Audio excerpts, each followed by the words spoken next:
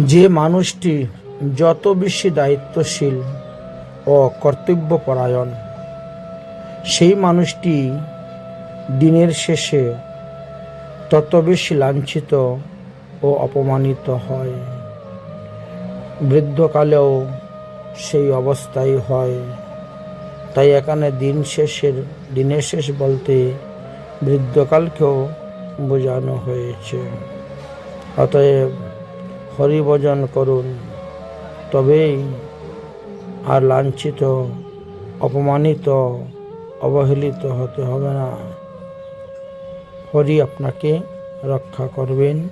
হরি ভজন করুন, হরির সেবা করুন, হরির পূজা করুন, হরির জন্য সব কিছু করুন, ভগবানের সুখের জন্য সব কিছু করুন। রাধে রাধে।